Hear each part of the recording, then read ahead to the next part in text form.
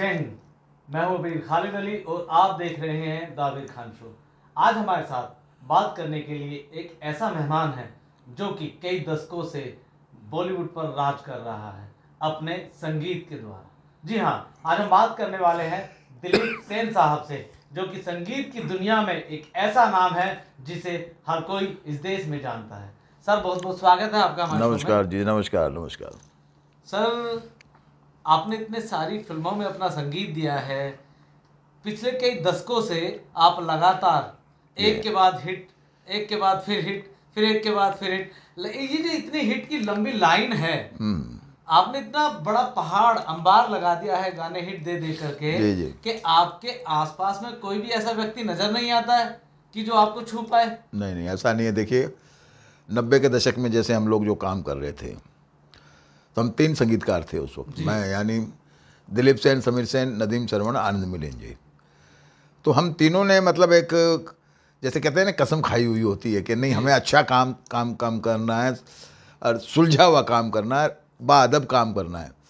तो वो चाहे आप नदीम के गानों में देख लेते या चाहे आनंद मिलिंद के या हमारे गानों में, तो वो 90 के दशक का जो दौर रहा म्यूज़िक का, और उससे पहले जो दौर था वो तो सुपरहिट था, और जो आज भी सुपरहिट है। जी।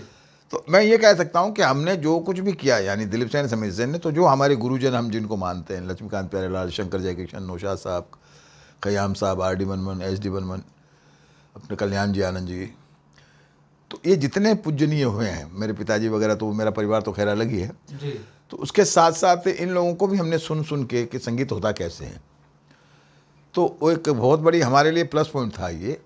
और एक बात मैं आपको ये बताना चाहूँगा ऑडियंस को, जैसे अमूमन कुछ लोग जानते हैं, कुछ शायद नहीं भी जानते हैं, कि मैं संगीतकार से पहले डांस मास्टर था।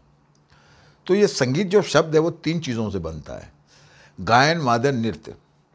जब 3 चीज़ों की शैलियों को आप एक साथ जमा करेंगे तो उसका टाइटल बनता है संगीत। और संगीतकार, कार यानी उसको लेके चलने वाला। तो संगीतकार को इन 3 चीज़ों का अनुभव होना ज़रूरी है। उसको गायन का भी अनुभव होना ज़रूरी है, उसको लय ताल का भी होना ज़रूरी है, और संगीत का तो होना ही चाहिए। तो मेरे यानी हमारे परिवार के अंदर ये, क्योंकि हम लोग जयपुर घराने का डांस सिखाते हैं, और मैं कथक और फोक डांस सिखाता था स्कूलों में और कॉलेजों वगैरह में, तो ये हमारा एक बहुत बड़ा प्लस पॉइंट रहा, जिसकी वजह से आज तक जो हमारे गाने अगर आपने सुने हैं तो कोरस प्रधान में हमारा गाना होता था। जैसे आजकल के गानों के लिए लोग बोलते हैं कि क्या गाने बन रहे हैं, समझ में नहीं आ रहे, तो आज रिदम प्रधान गाना हो गया है, साउंड प्रधान, जिसमें साउंड ज़्यादा है, हल्ला ज़्यादा है, शोर डाल दिया जाता है, और लेकिन शब्द क्या है क्या नहीं, उनका धुन अता क्या है पता उसका नहीं है। अता पता नहीं है। तो हमारे वक्त में ऐसा था कि शब्द भी अच्छे होते थे, धुनें भी अच्छी होती थी, रिदम प्रधान भी होता था। तो हम लोगों का चाचा भतीजा यानी दिलीप सेन, समीर सेन की एक स्टाइल थी कि कोरस हम लोग बहुत अच्छा यूज़ करते थे। जैसे कि एक मिसाल पे मैं अपना बताऊंगा, जो यश चोपड़ा जी की फिल्म थी जी। उससे पहले हमने जैसे मतलब जुल्म की हुकूमत ले लीजिए, वहाँ से एक गाना था हमारा, कठमंडू कठमंडू ओ मुंडू दम भर ले प्यार का तू बोल बोल के शिवशम, ए हा तुन्ना तुन्ना तुन्ना, ए हा तुन्ना तुन्ना तुन्ना, चिन चिन चिको कना हो, चिन चिन चिको कना हो के रूबीरारा। इसी तरीके से फिर अपने इसके बाद में जैसे हमारी आईना फिल्म आई, तो आईना के अंदर एक हमारा गाना बहुत हिट हुआ था, गोरिया रे मेरा दिल चुरा के ले जा, तक दिनक दिन दिन तिन्ना, हम 2 प्रेमी छत के ऊपर, गली गली में शोर शोर शोर, अर आह ओरे, अर आह ओरे, जब भी कोई लड़की देखूं मेरा दिल दीवाना बोले, ओले ओले ओले। तो ये जो हुक लाइन जो हमारी होती है गानों में, तो ये हम लोगों का एक अलग से स्टाइल बन गया, और इससे एक हमारी पहचान अलग सी बन गई। तो इसलिए जो पब्लिक का जो प्यार हमें मिलता है, तो रिदम प्रधान होने के नाते, डांस के नाते, डांस मास्टर होने के नाते, हम गाने के अंदर जब कंपोज करते हैं तो उसको अपने अंदाज से कंपोज कर लेते हैं कि डांस डायरेक्टर इसको क्या कंपोज करेगा। जैसे हम बीट अपने आप बना लेते हैं उसकी, जैसे रिदम हमारे होते हैं। तो ये एक प्लस पॉइंट हमारा रहा है। और दूसरा, ऑडियंस इतना प्यार करती है कि समय समय पर जैसे जैसे वो चाहती हैं वैसे हम लोग गाना बनाते रहते हैं। दिलीप सेन साहब पहले एक डांसर हुआ करते थे, डांस मास्टर, डांस सिखाया करते थे जी। उनको ये कब लगा कि उनके दिल के कहीं कोने में संगीत भी बज रहा है कि उनको इसके साथ साथ म्यूजिक भी बनाना चाहिए? देखिए, म्यूज़िक का तो ऐसा था कि जब मैं डांस मास्टर था तो फोक डांस, जैसे हम लोग भांगड़ा सिखा रहे हैं या लावणी सिखा रहे हैं या गरबा सिखा रहे हैं, ये तो होता था। डांसिंग हो गया। पर इसके साथ साथ हम एक नृत्य नाटिका करते थे। नृत्य नाटिका उसको होता है कि शॉर्ट स्टोरी जो होती है जी कि इसको मतलब 15 मिनट की या आधा घंटे की एक कहानी और बनती उसको थी। शॉर्ट फिल्म कहा जा सकता है। हाँ, तो वो शॉर्ट कहानियाँ को हम लोग नृत्य नाटिका बोलते हैं। जी तो कभी शिव विवाह हो गया, कभी राधा कृष्ण हो गया, कभी रामायण का कुछ अध्याय, कभी शिव पुराण कर लिया, जी कभी शकुंतला कर लिया। जी एक रविंद्रनाथ टैगोर साहब की थी चंडालिका करके एक बैले, वो बैले। तो बैले और नृत्य नाटिका उसको कहते हैं, बैले कहते हैं या नृत्य नाटिका कहते जी हैं। तो इसमें होता क्या था कि आपको, जैसे अगर आप शिव पुराण कर रहे हैं तो शिव पुराण के 1000 अध्याय हैं। जी तो आप पढ़ोगे तो पूरा 1000 अध्याय के लिए काफ़ी समय लगता है। फिर वो आप एक्सपोज नहीं कर सकते या आप बच्चों को नहीं सिखा सकते। अच्छा, जी। मुझे सिखाना होता था बच्चों को ही, जी जो कि समझ लीजिए कि दूसरी तीसरी क्लास से लेके 12 10वीं 11वीं या 10वीं क्लास तक के बच्चों को सिखाया जाता था। जी। लड़के लड़कियां मिक्स होते थे उसमें। तो अमूमन लड़कियों की स्कूल में लड़कियां होती थी, लड़कों की में कई जगहों पे लड़के लड़की दोनों होते थे। तो उसमें क्या होता था कि उनके कुछ पंचीस जो होते थे मेन मेन कहानियाँ, जी जैसे कृष्ण लीला हम करते थे तो कृष्ण लीला में राधा का जो प्रसंग है वो कृष्ण जी की सारी छवियाँ जितनी भी थी तो वो हमको 45 मिनट के अंदर या आधा घंटे के अंदर समेटना पड़ता था। तो उसका स्क्रीन प्ले भी मैं लिखता था, उसमें जो डायलॉग होते थे वो भी मैं अपना क्रिएट करता था, जी प्लस उसमें गाने भी मैं खुद ही लिखता था और धुन भी खुद बनाता था। तो इस तरीके से एक मुझे इजाफा होता गया मेरे समझो मेरे सीखने में। जी और वो मेरे लिए इस आते वक्त जब मैं फिल्म में संगीतकार बना तो उसका मुझे बहुत बड़ा सपोर्ट मिला। हालांकि मैं कोई उस वक्त ऐसा कोई राइटर नहीं था या ऐसे कोई डायलॉग नहीं होते थे, क्योंकि भारी भरकम डायलॉग तो लिख नहीं सकते थे, बच्चे स्कूल के बोलने वाले होते थे। तो उनकी भाषा के हिसाब से नॉर्मल डायलॉग होते थे वो, कि कृष्ण मैं कान्हा तुम मेरी बात नहीं समझ रहे हो, राधा आप ऐसा मत करो। तो ये जो बातें हैं तो नॉर्मल जो लय की बातें भाषा होती थी जी वो भाषा यूज़ करता था और वैसे ही गाने उसमें बनते थे। तो एक धुन बनाने की एक प्रेरणा थी मेरे में। मैं एक किस्सा आपको सुनाना चाहूँगा कि मैं राजस्थान से हैं, हम लोग राजस्थान सुजानगढ़ से हैं। जी और एक बात और बताना चाहूँगा कि इस फिल्म लाइन में हमारी 4 पीढ़ियाँ हैं। अब मैं 1935 से लेके 2022 तक हम लोग मसलसल काम करते आ रहे हैं। मतलब अभी मेरा पोता भी सोहेल सेन जी भी, जी सीमाप जी भी काम कर रहे हैं और मेरे भतीजे हैं धीरज सेन, गिरी सेन, गुणवंत सेन, दिन है हमारा राज सेन। तो पूरा परिवार ही मतलब संगीत है, शादाब है, शहजाद है, तो पूरा परिवार ही हम लोगों का, राजीव भट्ट है जो सूफियान के नाम से, तो मतलब पूरा परिवार सेन परिवार है। ललित सेन जी है, संजीव सेन जी हैं, तो ये सब सारा संगीतमय है हम लोग। तो पूरे परिवार में यही रहा, प्रथा बनी रही, आज भी आगे तक भी चल रही है। तो मैं जब राजस्थान सुजानगढ़ में पढ़ता था स्कूल में तो एक ख्वाहिश थी कि कुछ बड़ा आदमी बनना चाहिए या फिल्मों में काम करना चाहिए। तो जब मैं मुंबई आया 70 के दशक में तो हीरो तो बन नहीं सकते थे।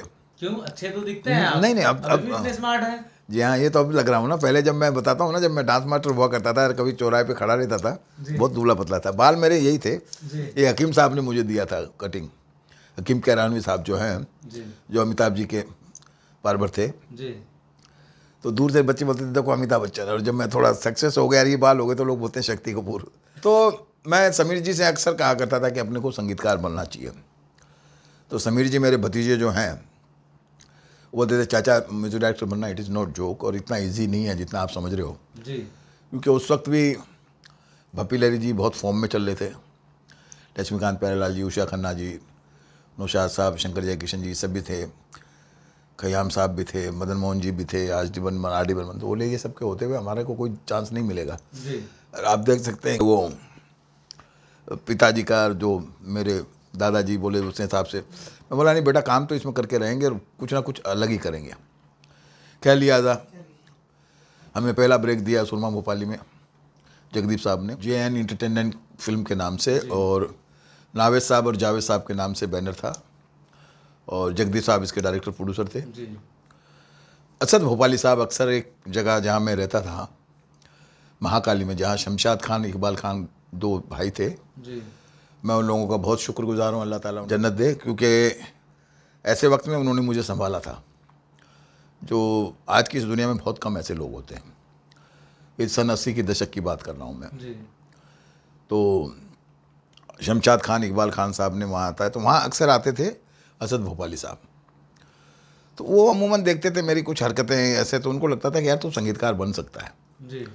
बोले यार दिलीप तू थोड़ी बदतमीजी छोड़ दे तो तुम अच्छा, संगीत बदतमीज हुआ करते थे आप तब? बदतमीजी नहीं, मतलब कोई गाना अगर आप मुझे लिख के दो ऐसे शब्द, जी। तो मैं उसका उल्टा सीधा डबल कोई मीनिंग भी गाना, डबल हाँ, मीनिंग वाली उसको चीज़ डबल है। मीनिंग बना देता था। जी।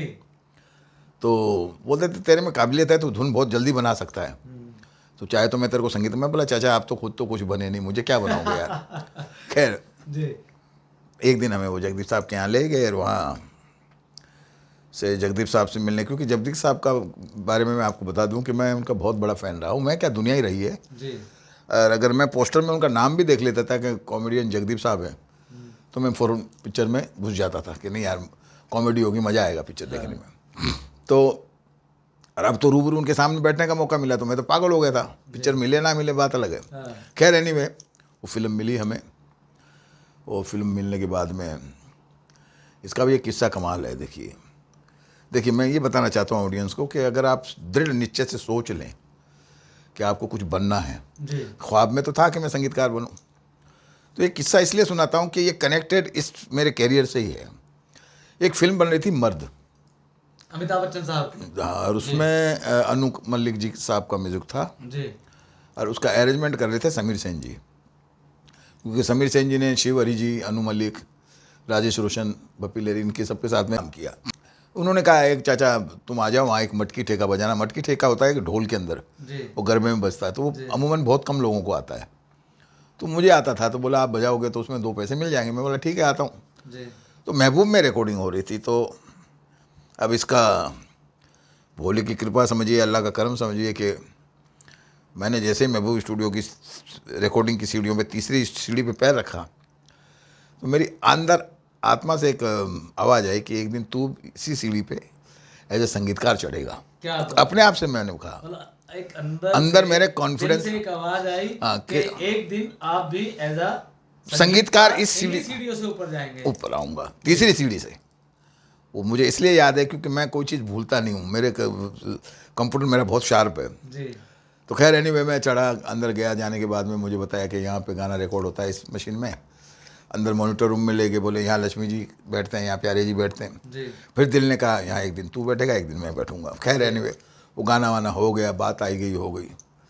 कट टू 1.5 साल बाद वही सीढ़ियाँ, वही दिलीप सेन, वही तीसरी सीढ़ी, और पहला गाना रिकॉर्ड होने जा रहा है आशा जी की आवाज़ में, सुरमा भोपाली का। जी। तो जब मैंने समीर सेन को कुछ नहीं बताया। जब मैं अंदर गया, अंदर जाने के बाद में गाना जब रिकॉर्ड हो गया आशा जी की आवाज़ में, फ़ोटो वोटो जो भी उस ज़माने में फ़ोटो जी। जी। होती थी, बहुत बड़ी बात हो जाती थी कि उनके साथ फ़ोटो खींच ली हमने। जी। तो समीर से मैंने कहा कि देख आज अल्लाह ने और भोले ने मेरी सुन ली, कि मैंने कसम तो नहीं खाई थी मगर एक ख्याल आया था कि यहाँ चढ़ेंगे। तो बोला चाचा पहली फिल्म, अब देखते हैं क्या होता है, फिल्म तो चलने के बाद में कुछ होगा। मैं बोला नहीं बेटा अब तो आ गए हैं तो कुछ ना कुछ करेंगे ही। खैर एनीवे सुरमा भोपाली के बाद हम लोगों को काम मिला नहीं। मतलब समीर जी काफ़ी बिजी थे, वो अपने फील्ड में एज ए रिदमिस्ट बहुत बड़े काबिल म्यूजिशनों में था उनका नाम, जी। और बहुत बिजी थे मतलब। तो उनको म्यूजिक डायरेक्टर की पड़ी नहीं थी, क्योंकि उस ज़माने में वो 2-2.5-3 हज़ार रुपये पर डे कमाते थे। तो सारे म्यूजिक डायरेक्टर चाहते थे कि समीर सेन होना ही चाहिए उनकी रिकॉर्डिंग में एज ए रिदमिस्ट, रिदम अरेंजर।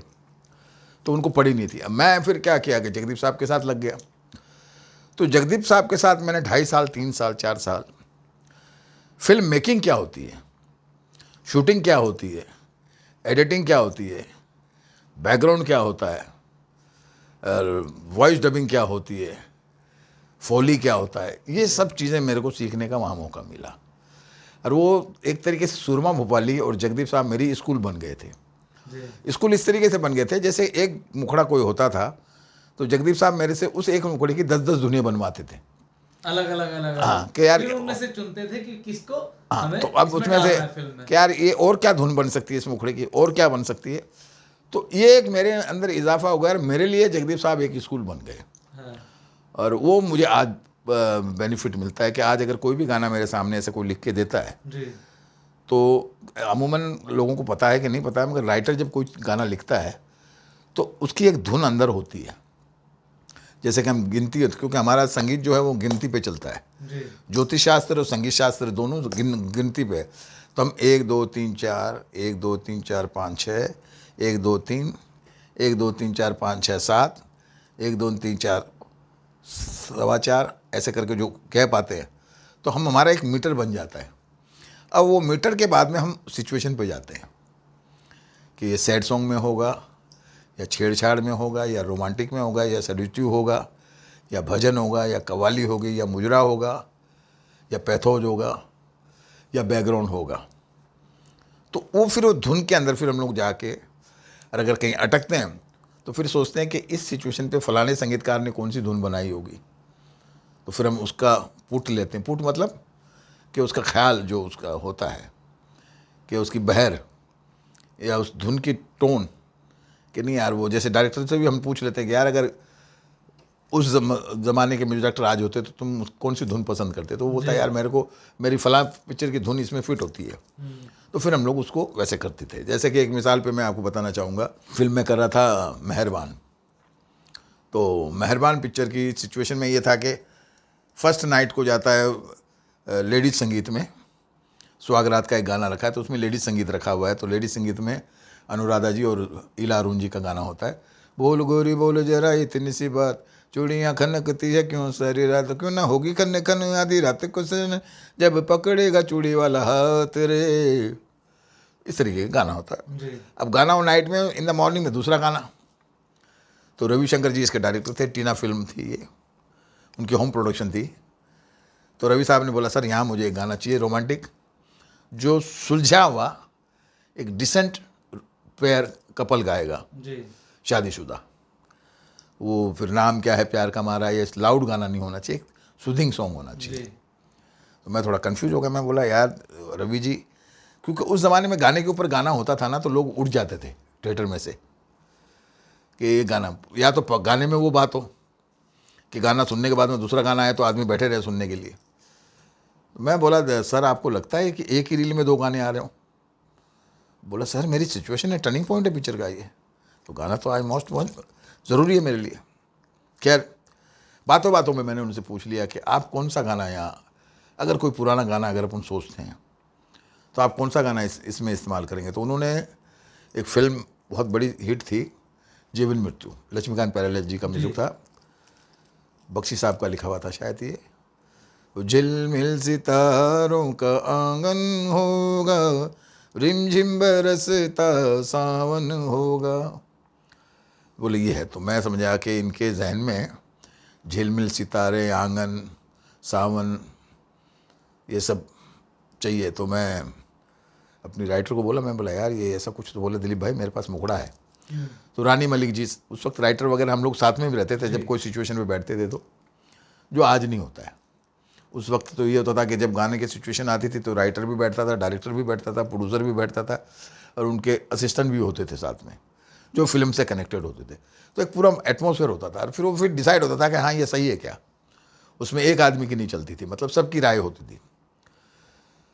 तो वहाँ से मैं इंस्पायर होकर उसी गाने के आसपास की बहर में मैंने फिर गाना बनाया, अगर आसमां तक मेरे हाथ जाते तो कदमों में तेरे सितारे बिछाते, कहीं दूर परियों की नगरी में चलकर मोहब्बत का एक आशियाना बनाते, अगर आसमां तक झिलमिल सितारों का। तो ये आसपास का एक मूड बना हम लोगों का। पहले का जो संगीत था और जो आज का संगीत है, इसमें कितना अंतर समझते हैं?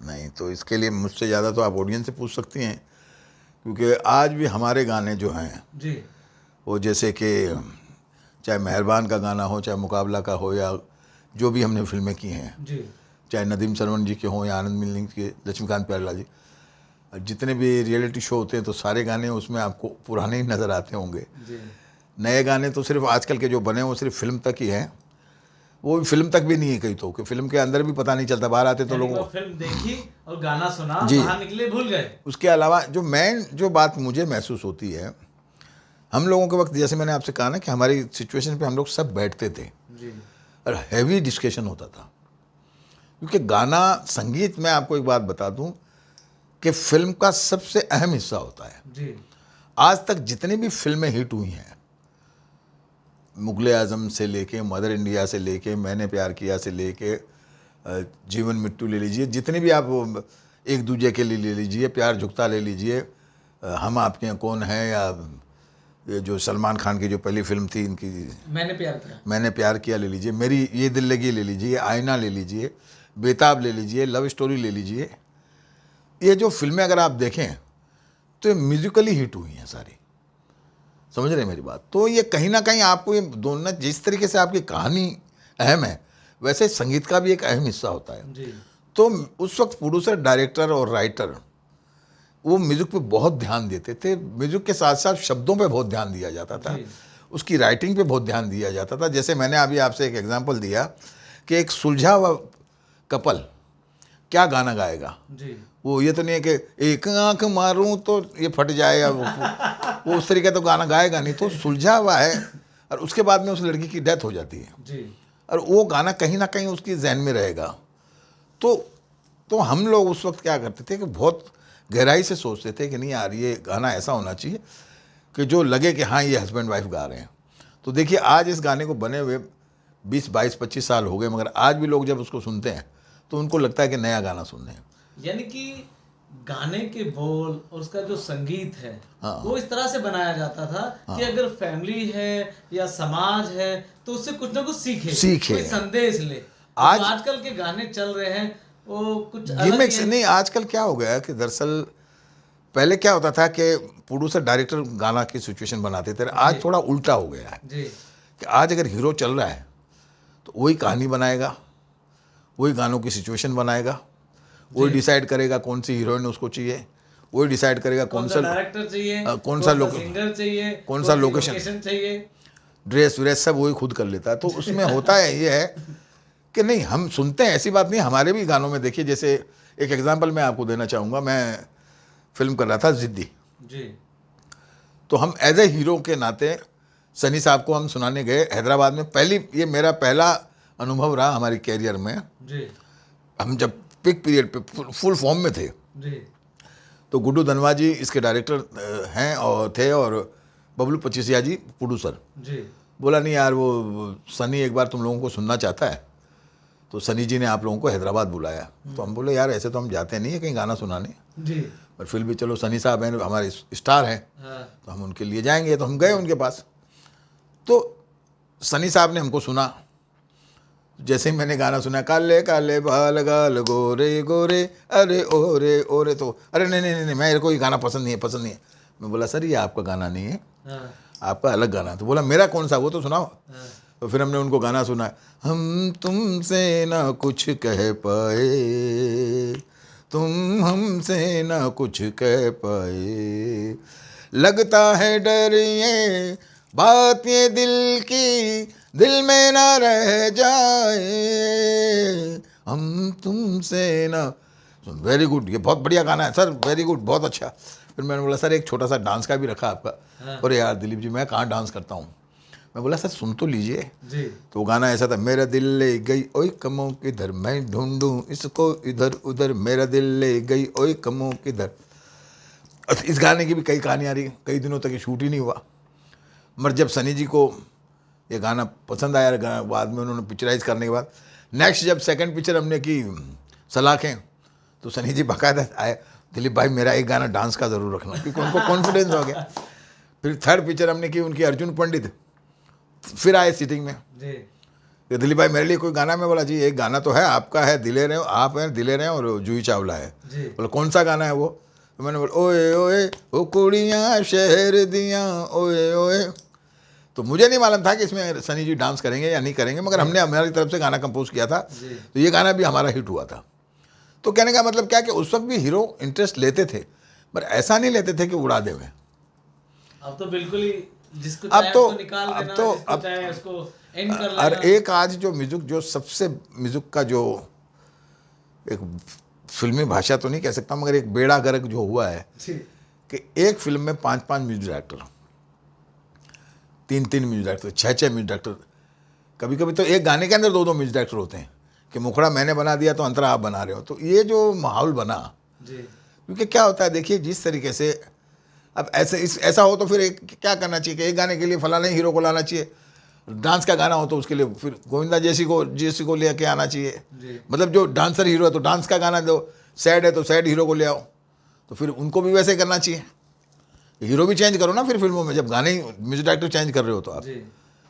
तो म्यूजिक डायरेक्टर अगर आप एक रखोगे, एक राइटर रखोगे, गीतकार, वो फिल्म में इन्वॉल्व होते हैं और वो कहानी के साथ इन्वॉल्व रहते हैं। तो आज आप जैसे आप आगे भाई दिलीप सेन इससे आइटम ले लो यार, जी। या फलाना है इससे सैड सॉन्ग ले लो, जी। तो ऐसे काम, तो उस वजह से कुछ तो बेड़ा गर्क, उस वजह से म्यूजिक खराब हुआ है। आज ये लोग बोलते हैं जी वो थोड़ा सा म्यूजिक चलता है, थोड़ा सा सुनने के बाद में गायब।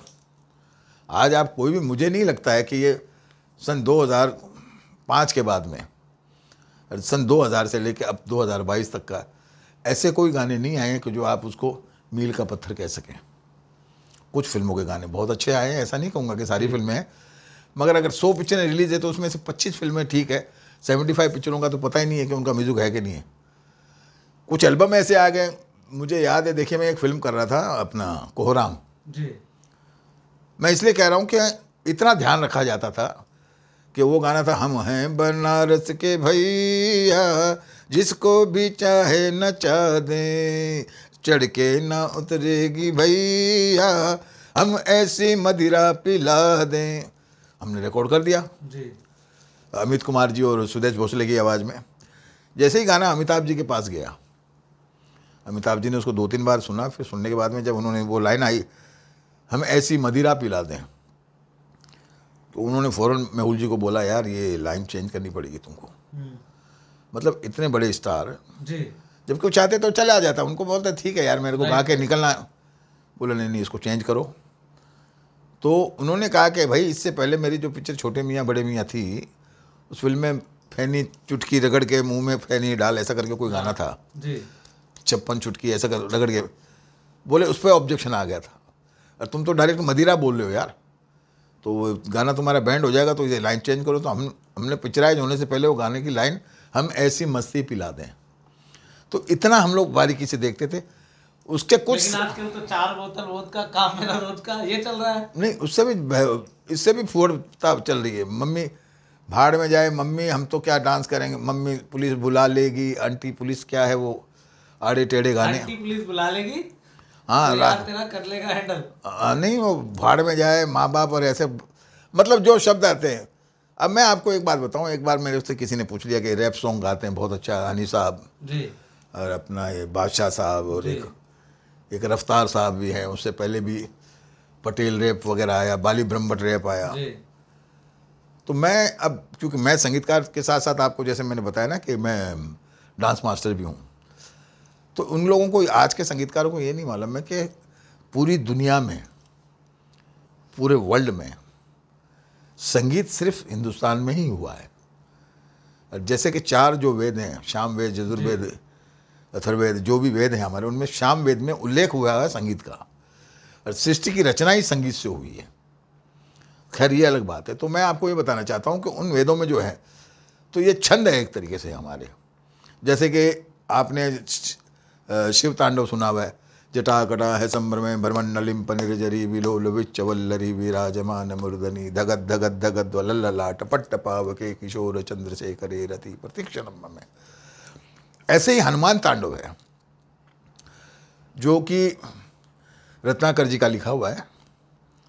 और ये पूरे छंद जो हैं, अब रैप का ये बाप है, मतलब वो इस तरीके से है, हनुमंत की लपेट द लंगूर की झपेट द लजुट को दपेट चरपेट चाकलान बजन कचरा तत तो खुद कटाकट गिरी से न पटा पट पट्टे पट्टी पार पीको वकील लकार किल्ला जूहो जिल्लकार पड़ी पेड़ पिल्लकार कटे रकस अनिता तह तेज को कुमार करी को बेसमार वीर लखन कुमार झुकी जारी की रवान प्यारो सीताराम को उजारो रघुवंश को हो अनियारो जन पे जय महाकुरु रण को रघुकुल मंडल प्रचंड बैरी धन मुन धन नौमन सुखंड न है कल को।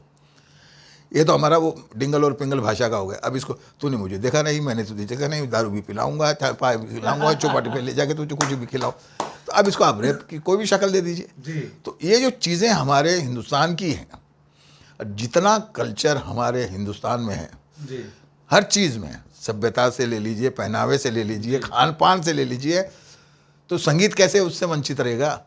संगीत में भी जो हमारी सभ्यताएँ हैं, आप हर प्रांत का, कहीं का भी, गुजरात, पंजाब, सौराष्ट्र, महाराष्ट्र, बिहार, बंगाल, मद्रास, राजस्थान, आप किसी भी अपना ये पहाड़ी में कहीं भी आप चले जाइए, कश्मीर वगैरह कहीं भी आप जाइए, तो हिंदुस्तानी जो संगीत है उसकी एक अलग खुशबू है। तो हमें कम से कम, जैसे कि मैंने पहले बताया ना, 3 चीज़ों का ज्ञान होना ज़रूरी है, गायन, वादन, नृत्य। तो मैं समझता हूँ आज के संगीतकारों को तो ज्ञान, संगीत का ही ज्ञान नहीं है तो बाकी चीज़ों का तो क्या से ज्ञान होगा। तो कहीं ना कहीं आज का संगीत जो है, मैं समझ रहा हूँ को लिप्त इसलिए हो रहा है, इसलिए कर्णप्रिय नहीं लगता है क्योंकि राइटिंग परफेक्ट नहीं है और कंपोजिशन भी ठीक है, फिल्म के हिसाब से कर लेते हैं। ऐसा नहीं कि सारे बच्चे उठपटांग काम कर रहे हैं, बच्चे लोग करना चाहते हैं, जो अच्छे संगीतकार आज भी हैं, ये बड़े बड़े अच्छा काम कर रहे हैं नए लड़के, पर उनको करने नहीं दिया जाता। उनके सामने वो सीडी ला के या कोई गाना दिखा के, या कोई वो आजकल कंप्यूटराइज हो गए हैं तो बता देते हैं कि यार ये कंप्यूटर से ये गाना उड़ाओ, इसको थोड़ा इसकी टांग डालो, थोड़ा उसके टांग में डालो, डाल डूल के इसको नया बना दो। मेरे गानों का रिमिक्स हो गया अभी, ओले ओले क्या, मेरा वो हम दो प्रेमी, छत के ऊपर है, काफ़ी गाने मेरे रिमिक्स हुए हैं। ओए ओए कुड़ियाँ शहरदियाँ भी हुई है, उससे उसके आगे पीछे वो कर दे ओए ओए, फिर वो गाना आ रहा है। तो जबकि मैं तो जाके भड़का भी, एक बार जाके मजाक में भड़का, वैसे तो क्या कर सकता था क्योंकि जो दौर चल रहा है चलने दो। मैं बोला यार अभी तो मैं जिंदा हूँ, अगर रीमिक्स करवाना था तो मुझसे ही करवा लेते, कम से कम मैं अगर तोड़ फोड़ के भी देता तो मैं अपने बच्चों को, मुझे मालूम है ना कि उसको कैसे सजाना है जी। खैर एनीवे, ज़्यादा आज के संगीत की बुराई नहीं करते हुए यही कहेंगे कि जो हो रहा है अच्छा हो रहा है। अभी तक आप कितनी फिल्मों में अपना संगीत दे चुके हैं? देखिए रिलीज़ तो 100 से ऊपर हो चुकी है जी। और 150-250 फिल्में हम लोगों ने ऑलरेडी कर चुके हैं। उनमें कई पिक्चरें तो पूरी कंप्लीट होकर भी बंद पड़ी है, जैसे इश्क खुदा है और हम पंछी एक डाल के हैं, कई आधी बन के कंप्लीट पड़ी है, कईयों का म्यूज़िक रिकॉर्ड होकर पड़ा हुआ है जी। मगर गाने मेरे 2000-2500 तक हो गए हम लोगों के। और खुशी की बात, मेरे आपको एक बात बताना चाहूँगा मैं कि सेन परिवार ने 4 पीढ़ियों से काम करते आए हैं, मगर जैसे हम लोग दिलीप सेन, समीर सेन जो आज तक चलते आए हैं, जी। इसका श्रेय हमारे प्रोड्यूसर के साथ साथ हम डायरेक्टर साहब को भी देंगे, क्योंकि हमें डायरेक्टर इतने सुलझे हुए और इतने प्यारे मिले, और आज भी जो जिनके साथ हम काम कर रहे हैं वो अपने काम को बाखूबी जानते हैं और हमें मौका देते हैं।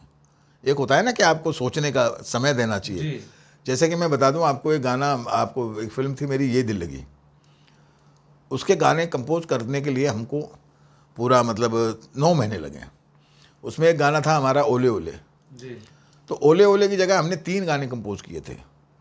पहले था हमारा प्यार में दिल का मुर्गा बोले कुकड़ू को आई लव यू, तुनक तुन तुन तुनक तुन तुम तुनक तुन तुन तुनक तुन, रूठ के जाने वाली ना जा आजा तू तुन तुनक तुन तुन तुनक तुन तुम।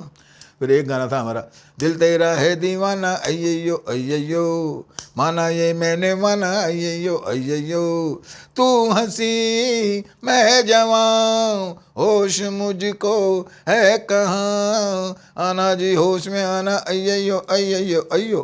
फिर उसके बाद में जब भी कोई लड़की देखो मेरा दिल दीवाना बोले ओले ओले। तो 3 गाने हमने कंपोज किए थे एक ही सिचुएशन पे, मगर नरेश मल्होत्रा जी को ओले ओले पसंद आया। इसकी भी एक कहानी है। वह यूँ था कि जब सारे गाने हमारे कंपोज हो गए, जी। ये गाना मैं यश जी को सुनाऊँ नहीं, जी। मैं प्यार में दिल का मुर्गा बोले सुना दूँ, कभी अपना इसका अय्यो सुना दूँ, ओले ओले नहीं सुनाऊँ। तो यश जी भी, अच्छा यश जी का क्या था कि उनकी एक स्टाइल थी, जैसे आईना का हमने की तो पूरे गाने कंपोज करवा लेते थे राइटिंग के साथ, जी। और पूरा म्यूज़िक सुन लेते थे कि आप क्या क्या बजाने वाले हो, क्या क्या इंस्ट्रूमेंट यूज़ करने वाले हो।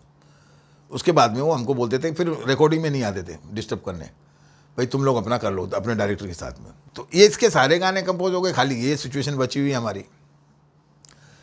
एक दिन क्या हुआ कि सिटिंग में नरेश जी क्या करते थे कि अपने सब जो उनके असिस्टेंट वगैरह होते थे, जो ग्रुप होता था, पूरे यूनिट के साथ आते थे, जो मेन होते थे। तो वहाँ उनके कॉस्ट्यूम डिजाइनर आई हुई थी एक बच्ची, उसने वो गाना सुन लिया ओले ओले, अक्सर हम सुनाते थे जी। तो उसने जाके यश जी से बोला अंकल इनके पास एक गाना है ओले ओले करके। तो यश जी ने बोला भाई, मुझे तानसेन बोलते थे वो, हाँ। बोले तानसेन ओले ओले क्या है भाई तुम्हारे पास। हाँ। मैं बोला नहीं सर वो आपकी स्कूल का नहीं है। बोला स्कूल क्या होती है।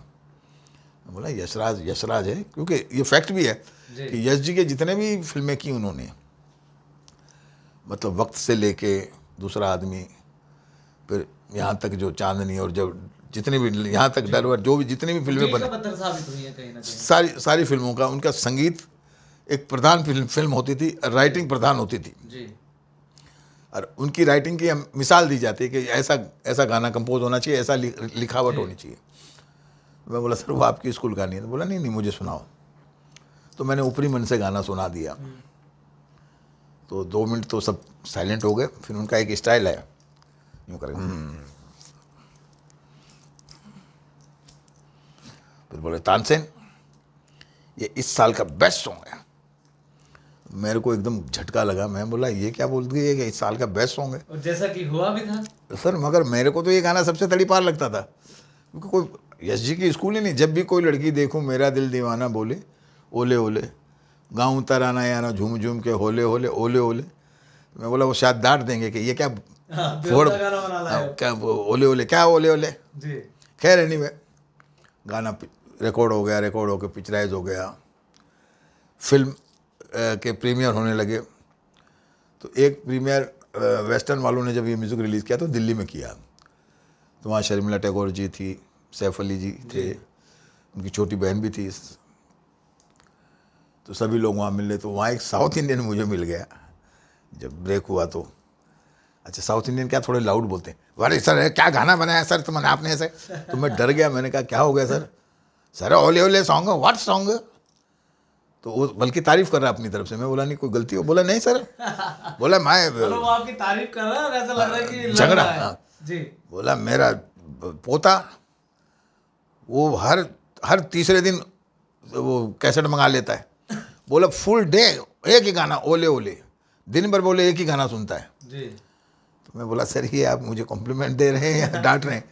बोला नहीं सर आपको तो कॉम्प्लीमेंट है मगर मेरा तो खर्चा होता है ना। तो मैं बोला सर कोई बात नहीं मुझसे। बोला नहीं, हंसने लगा।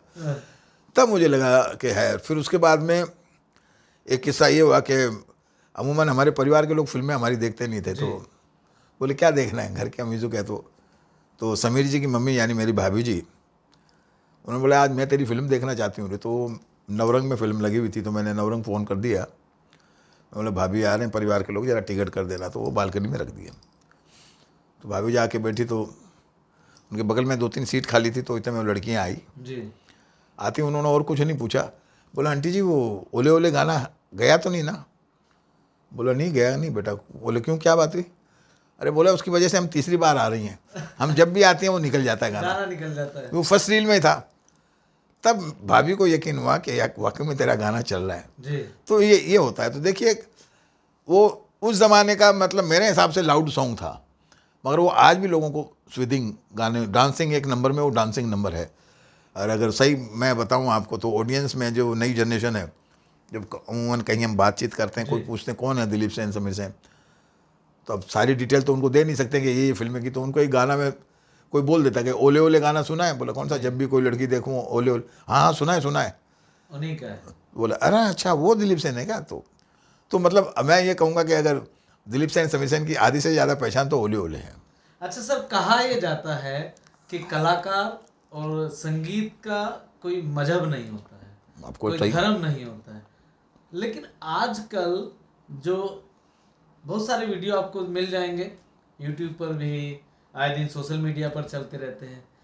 आपकी इस इंडस्ट्री में भी आजकल मजहब घुस गया है, राजनीति घुस गई है, तो कभी ऐसा आपको भी उसका सामना करना नहीं पड़ा है? ऐसा नहीं। मैं एक ही बात कहना चाहूँगा, आप ओम लिखिए ऐसे, जी ये ओम हो गया, ये चंद्र बिंदु हो गई। जी अब इसको यूं लेटा दीजिए, जी ये चंद्र बिंदु को अंदर डाल दीजिए, अलिफ हो गए, अल्लाह हो जाएगा। जी तो जिस तरीके से ओम निराकार है वैसे अल्लाह भी निराकार है। जी हमें एक चीज़ नहीं भूलना चाहिए कि हम जितने भी हिंदुस्तान में मुस्लिम हैं, जी हम कन्वर्ट होके हुए हैं।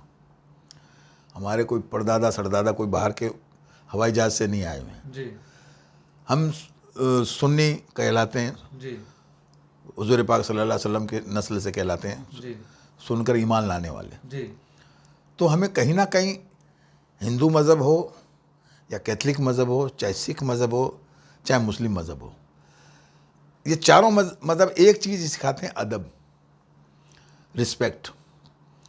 मानना नहीं मानना तो देखो, अभी जैसे घर में इतने बच्चे होते हैं, सबके अलग अलग मिजाज होते हैं। जी मज़हब के अंदर एक ही जब चीज़ भाईचारा सिखाया गया और प्रेम सिखाया गया है, और इबादत का मतलब ये है कि प्रेम, प्रेम का मतलब इबादत, और एक दूसरे को सपोर्ट करके आगे बढ़ाना। जी कोई मज़हब में मैं नहीं समझता हूँ कि बजाय कि तुम उधर बैठो नहीं बैठो, या तुम टीका लगाने से मैं कोई भ्रष्ट नहीं हो जाऊँगा, जी या अगर हिंदू कोई मुस्लिम टोपी पहनने से कोई वो मुस्लिम नहीं हो जाएगा।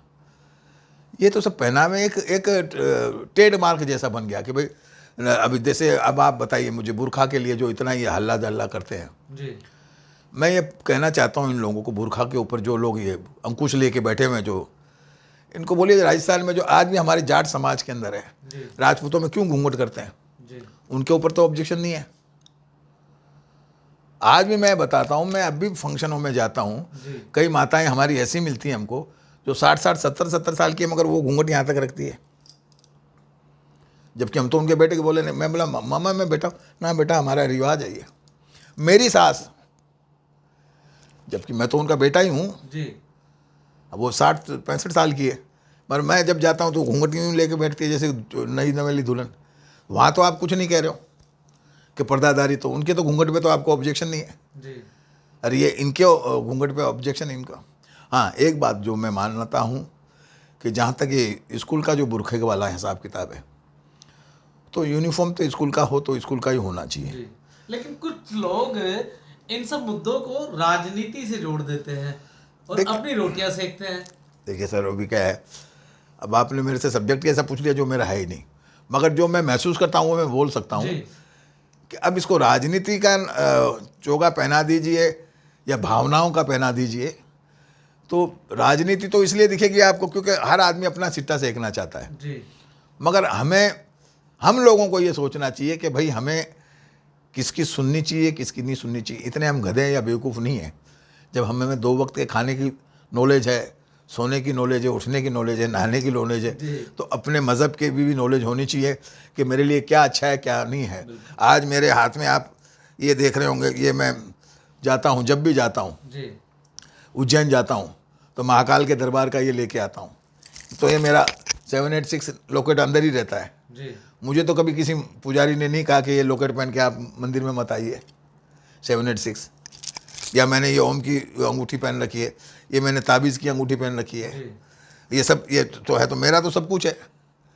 मैं तो लोगों को, मैं अपने आप को बोलता हूँ कि मेरा मज़हब देख लो ना यार, मेरे एक से एक शिव भजन आप सुन लीजिए, माता की भेंटें सुन लीजिए। तो मज़हब मैं समझ रहा हूँ कि हम लोगों को सबसे पहले तो मज़हब को साइड में रख के सबसे पहले इंसान बनना पड़ेगा। इंसान बनना चाहिए हमें। देखिए, अरे इंसान बनेगा तभी एक हिंदुस्तान बनेगा। आज हमारे हिंदुस्तान को इंसान की ज़रूरत है। जी मज़हब है, मज़हब आपके खुद के लिए है, ना कि किसी को तंग करने के लिए है। अभी एक फिल्म आई है आदि पुरुष, उसका बॉयकॉट होने लगा है।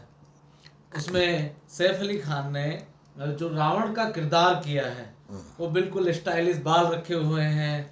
अब उसमें बताया जा रहा है, बहुत से लोग ये कहते हैं कि एक धर्म को, हिंदू धर्म को, सनातन धर्म को बदनाम किया जा रहा है।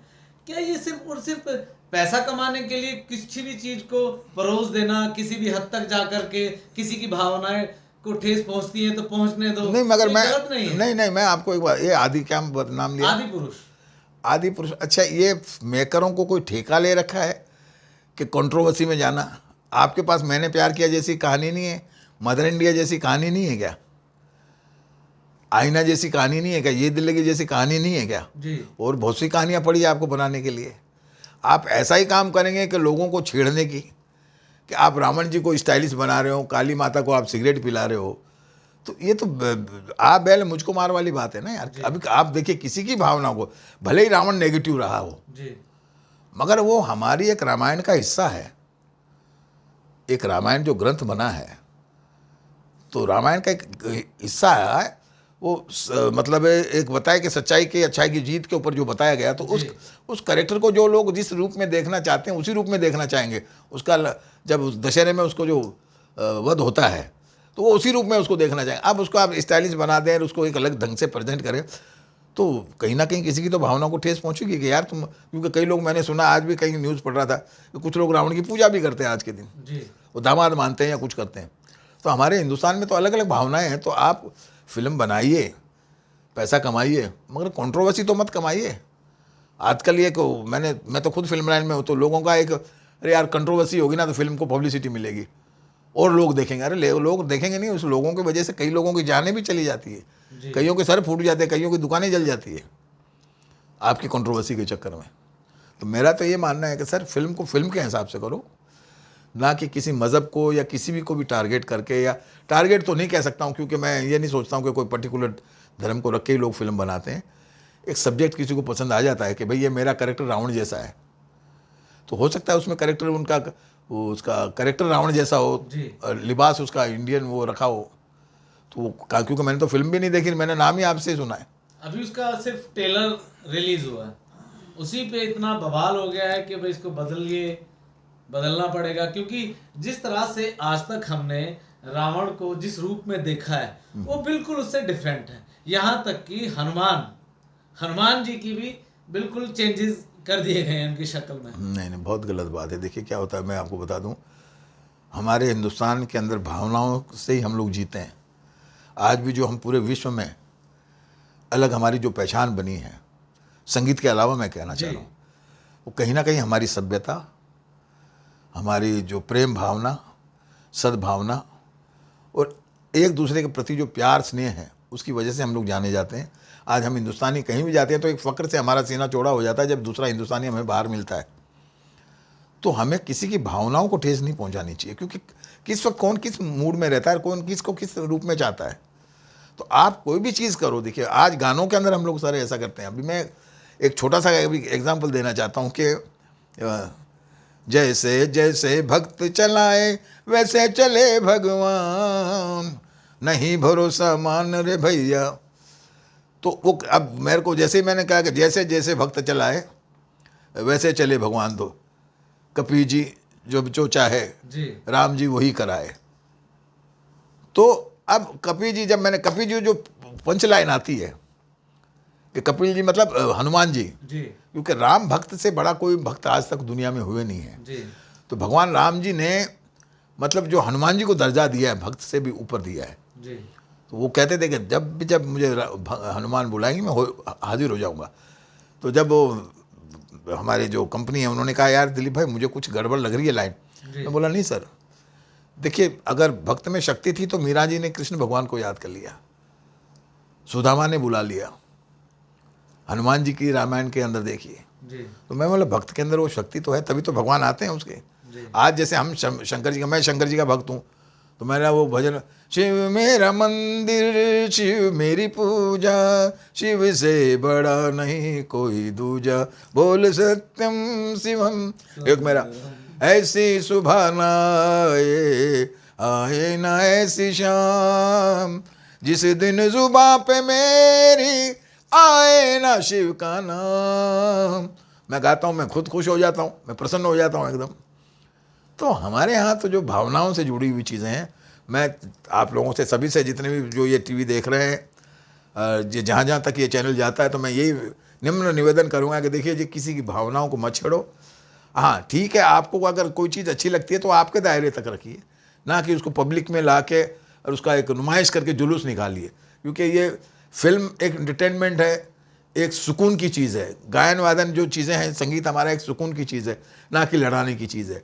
तो मैं तो इसके मतलब खिलाफ तो नहीं बोल सकता क्योंकि मैं इस लायक ही नहीं हूँ, मगर मैं रिक्वेस्ट ही कर सकता हूँ कि भाई ऐसी कोई चीज़ मत करो या ऐसा कोई काम मत करो कि जिससे आपके पड़ोसी को भी तकलीफ हो।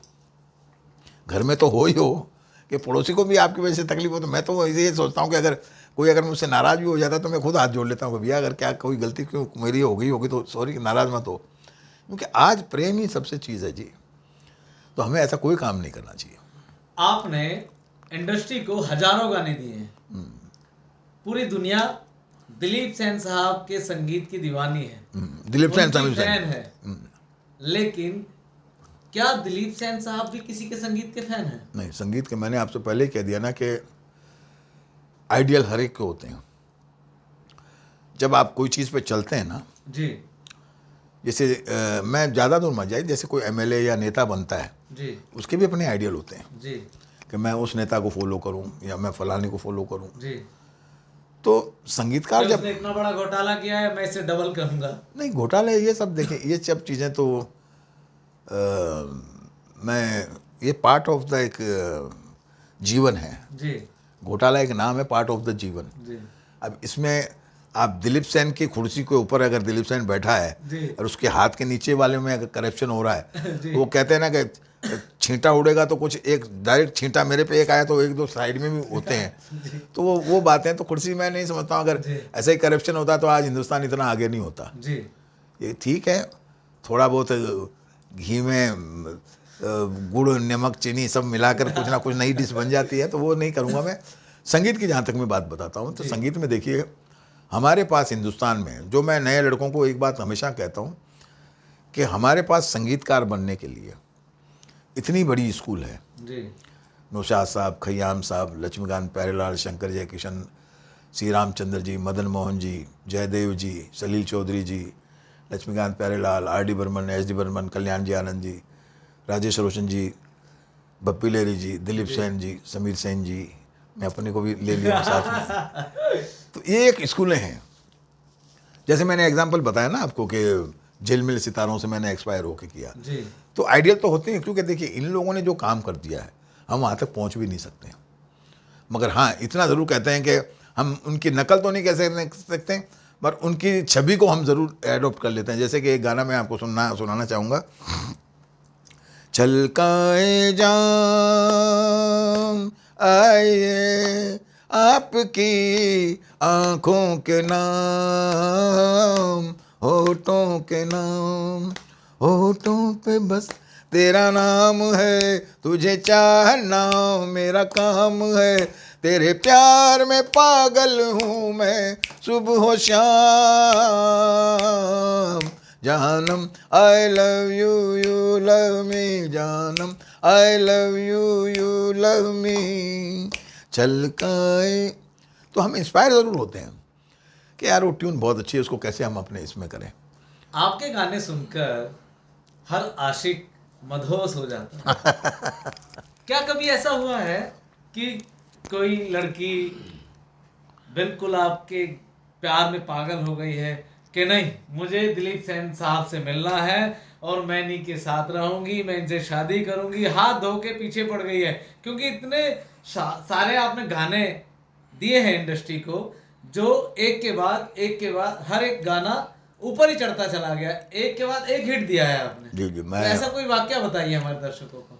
देखिए, रही बात भावना की, मेरे एक मानना है, जी जब कोई लड़की या कोई लड़का या कोई वुमन शादीशुदा हो या कुंवारी हो या कोई माताएं जैसी, जी अगर हमें दूर से देख के मुस्कुराती है जी या हमें नमस्ते करती है, तो उसका मतलब ये नहीं कि वो हमें प्यार कर रही है। जी इसका मतलब ये कि कहीं ना कहीं उनको हमारे काम से प्रेम है, जी और वो ये सोचती है कि भाई जिस गाने को हम सुनते हैं रेडियो में या टीवी में, आज वो आदमी हमारे सामने है। जी तो वो जो उनकी लाइकिंग या वो जो उनकी एक चाह है, वो एक पूजा वाली, इबादत वाली होती है। जी तो हमारे को सबसे पहले हमारा करेक्टर सही रखना चाहिए।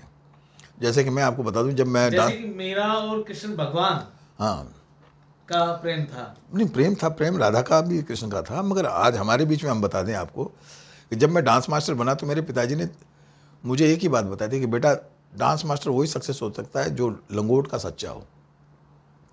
लंगोट का सच्चे का मतलब है कि ज़बान सही हो, आंखें आपकी सही हो, जी करेक्टर सही हो। आज अगर ये जितने भी स्टार बने हैं या जितनों को भी प्यार करते हैं लोग, क्योंकि अगर हमें चाहने वाले नहीं होंगे तो हमारे गाने कौन सुनेंगे। जी हाँ, रही बात ये कि चाहने में कई लोगों के सीमाएं लांग जाते हैं कि भाई हम आपसे शादी करना चाहते हैं, या तो ऐसा कोई वाकया मेरे साथ मेरी बीवी के अलावा नहीं हो पाया। और डर तो नहीं लगे कि भाभी जी घर जाएंगे तो आज नहीं बस पिटाई होनी है? नहीं, डर तो इसलिए नहीं क्योंकि मैं खुली किताब हूँ। जी क्योंकि मुझे जो चीज़ अच्छी लगती है तो मैं उसको बोल देता हूँ। जैसे मुझे अपने ये मैडम हैं जो ये चौहान जी अच्छी लगती है, जी तो मैं इसका मतलब ये थोड़ी कि वो मुझे अच्छी लगती है तो मैं उनको अच्छा लगता हूँ कि नहीं लगता हूँ। मेरा हमेशा से ये रहा कि भैया मैं तुमको प्यार करता हूँ भाई, मगर तुम मुझसे प्यार करो ये ज़रूरी नहीं है। मेरा हमेशा ये जुमला रहा है। रही बात लाइकिंग की, तो देखिए हर कोई आपके काबिलियत पे आपको प्यार करता है, और उसका एक सीमा और एक दायरा होता है। लोग बाग अभी तो आपको ये कह रहे हैं, मैं अभी अमूमन ये पिछले 8-9 साल से जी मैं रेगुलर अमूमन हर फंक्शनों में जाया करता हूँ, जी सोशल एक्टिविटी करते रहता हूँ। जी तो हमें भांत भांत के लोग मिलते हैं।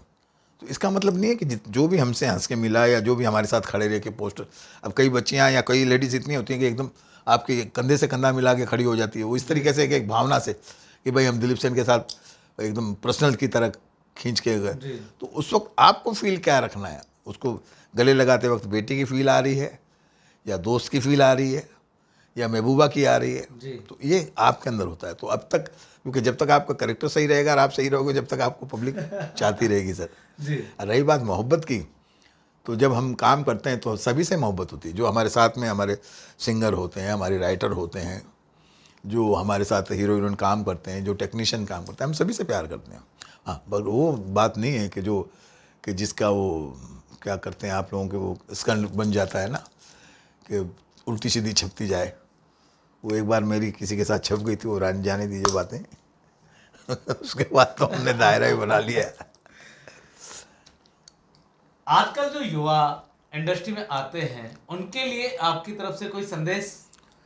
मैं यही कहूँगा, देखिए कि जिस फील्ड में भी आप आना चाहें, अगर आपको डायरेक्टर बनना है तो आपको डायरेक्टर डिपार्टमेंट की नॉलेज होनी बहुत ज़रूरी है। अगर सिंगर बनना है तो आपको सुर ताल की नॉलेज होनी चाहिए, आपका तलफ़ुज़ सही होना चाहिए, आपको उर्दू आनी चाहिए। और अगर म्यूज़िक डायरेक्टर बनना है तो कहीं ना कहीं थोड़ी बहुत रागों का नॉलेज होना चाहिए। प्लस जैसे मैंने बताया कि जैसे मैं अपनी स्कूल मानता हूँ सब संगीतकारों को, तो आपको भी अपना कोई ना कोई आइडियल रखना चाहिए कि भाई वो जी। जैसे बनाते हैं तो उनकी धुनों को हमको सुनना चाहिए। देखिए, आज तो मीडिया इतना फास्ट हो चुका है कि आपके हाथ में फ़ोन में ही सब चीज़ें आपको मिल गई है। मतलब आप जो भी दुनिया में घूमना भी चाहते हैं तो आप कंप्यूटर खोलोगे, पूरी दुनिया वर्ल्ड जी। टूर कर लोगे। तो आजकल के जवानों के लिए तो बहुत फैसिलिटी है। हमारे वक्त में तो ऐसा था ही नहीं। हमारे में तो हम खुद ही गुरु थे, खुद ही स्टूडेंट थे। जी और आज तो आपके पास आपका सबसे बड़ा हथियार है, आपका गुरु इंटरनेट है। जी आप कहीं भी पहुंच जाइए।